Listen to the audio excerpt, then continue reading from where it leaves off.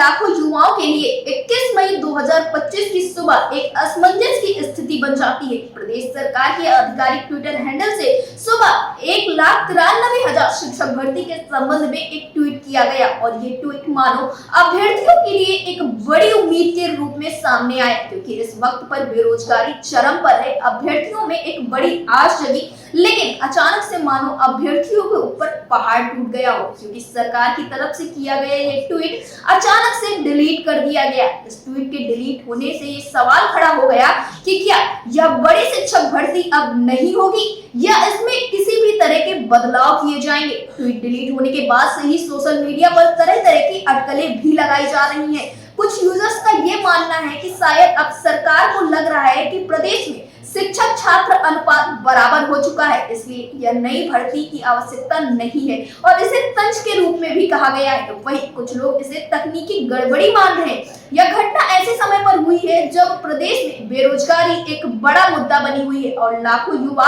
सरकारी नौकरियों की तैयारी में लगे हुए हैं और अब इस मुद्दे पर सियासत भी शुरू हो गई है। समाजवादी पार्टी के राष्ट्रीय अध्यक्ष अखिलेश यादव ने इस मुद्दे पर राज्य में भारतीय जनता पार्टी सरकार को घेरते हुए एक लंबी चौड़ी पोस्ट भी लिखी है। उन्होंने सरकार के यूटर्न के पीछे की क्रोनोलॉजी तक समझा दी है। फिलहाल अगर हम बात करें अभ्यर्थियों की, तो उत्तर प्रदेश के युवा न जाने कब से इंतजार कर रहे हैं इस शिक्षक भर्ती का, लेकिन अभी तक अभ्यर्थियों की नौकरी का सपना पूरा नहीं हो पाया है, जिस वजह से अभ्यर्थी काफी ज्यादा परेशान भी नजर आते हैं। आपको बता दें, जैसे ही ये ट्वीट डिलीट हुआ, अभ्यर्थियों के बीच में हलचल मच गई और अभ्यर्थी प्रदर्शन करने की रणनीति भी बनाने लगे। ये प्रदर्शन प्रयागराज से लखनऊ तक होगा। अभ्यर्थियों में काफी ज्यादा रोष है और आज प्रयागराज में बैठक के बाद अभ्यर्थी लखनऊ में एक बड़ा प्रदर्शन करने वाले हैं। फिलहाल इस विषय पर ज्यादा जानकारी देते हुए अभ्यर्थी रजत सिंह ने क्या कुछ कहा, आप भी सुनिए।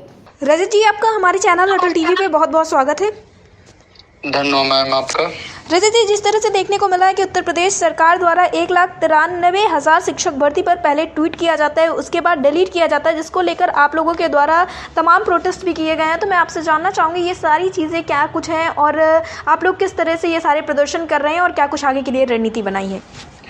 आप देख रहे होंगे कि प्रदेश सरकार समय समय पर इस तरह के जुमले हमेशा देती रही है जी। जैसे कि इससे पहले भी 2022 के चुनाव में सरकार ने 17,000 भर्ती को लेकर के तत्कालीन शिक्षा मंत्री ने 17,000 का लिखित आश्वासन दे करके भी बाद में विभाग और मौजूदा जो शिक्षा मंत्री संदीप सिंह जी ने अनुपात समानुपात बराबर करके वादे से मुकर गए।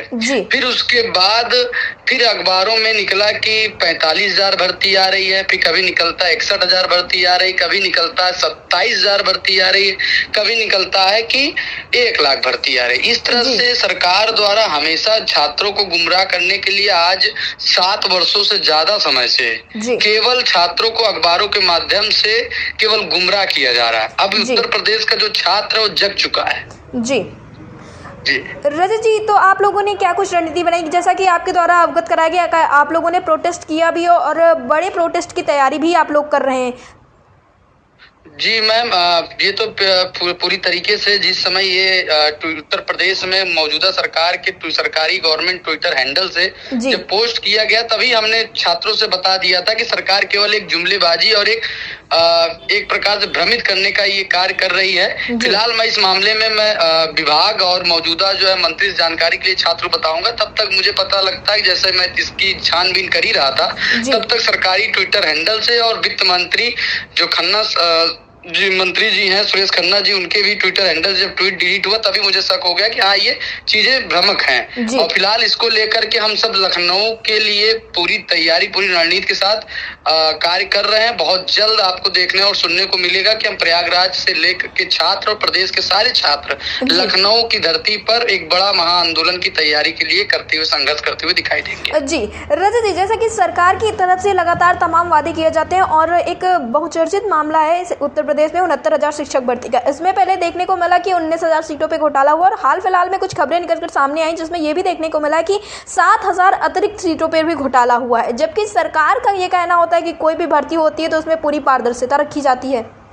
आप देखे होंगे 69,000 भर्ती में जिस तरीके 69,000 भर्ती नहीं 68,500 की जो भर्ती रही है, या इस सरकार में जितनी भी भर्तियां हुई हैं कोई शुचितापूर्ण ईमानदारी थोड़ी भर्ती हुई है। सारे पेपर लीक हुए, चाहे यूपी टेट का पेपर हो, चाहे 68,500 भर्ती का पेपर हो, चाहे 69,000 भर्ती का पेपर हो, चाहे आप देखे होंगे लेखपाल का पेपर हो, चाहे पुलिस का पेपर हो, चाहे आरओ का पेपर हो, सारे भर्ती परीक्षाएं पेपर से होने से पहले लीक हो जा रही है। तो कैसे आप कह सकते हैं कि घोटाला तो बहुत छोटी चीज है। यहाँ तो आप देख ही रहे हैं कि 69,000 भर्ती में खुद ही आरक्षण घोटाला से भर्ती जूझ रही है। और यहाँ तक एक दूसरा मामला फिर उठ गया है कि त्रुटि, जिन बच्चों की त्रुटियां फेल थे और वहां के मौजूदा अधिकारी बीएसए सभी लोगों ने मिल करके बच्चों को गलत आहर्ता नहीं रखते तब भी उनको नियुक्ति देकर मास्टर बना दिया।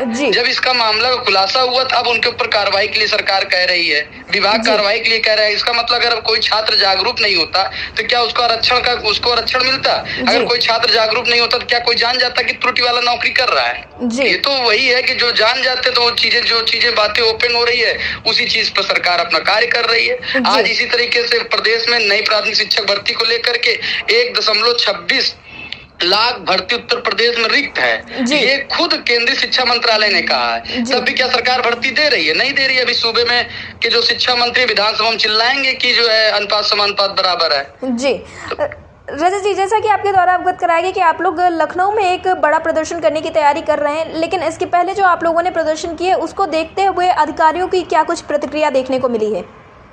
अधिकारियों की यही प्रतिक्रिया है कि वो सब एसी में बैठ करके केवल छात्रों को ठगने का काम कर रहे हैं। केवल छात्र जिस तरीके से मानसिक स्थिति को जानते हुए भी वो यही कहते हैं कि सरकार के जो भी आदेश होगा उस पर हम कार्य करेंगे। अभी विभाग द्वारा कोई भर्ती पर कोई कार्य नहीं किया जा रहा है। अभी हम 69,000 भर्ती पर ही कार्य कर रहे हैं। तो कुल मिलाकर अभी सरकार के आदेशानुसार वो भी इंतजार कर रहे हैं। ऐसा नहीं है, हम भी उनसे जब वार्ता करते तो कहते हैं कि 1,26,000 जैसा हम बोलते हैं तो कहते हैं ऐसा अभी ऊपर से कोई आदेश नहीं आया। यहाँ तक कि डीजी महोदय जो है बेसिक शिक्षा के, उनसे भी हम वार्ता की है।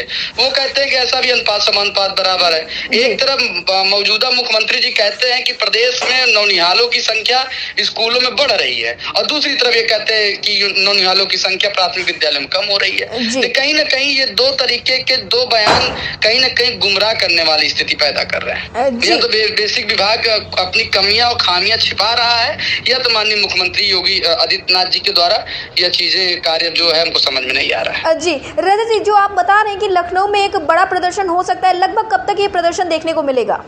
बहुत जल्द, एक सप्ताह के अंदर आपको जरूर लखनऊ में एक बड़ा महाआंदोलन की तैयारी और रूपरेखा और संघर्ष होते हुए दिखाई देगा। बस आज प्रयागराज में जो है एक बैठक किया जा रहा है, उसके बाद प्रदेश के सारे छात्रों की सहमति से आज धरना की डेट निर्धारित हो जाएगी। उसके बाद पूरे प्रदेश के छात्र लखनऊ कूच करेंगे। जी रजत जी, अटल टीवी से जुड़ने के लिए धन्यवाद।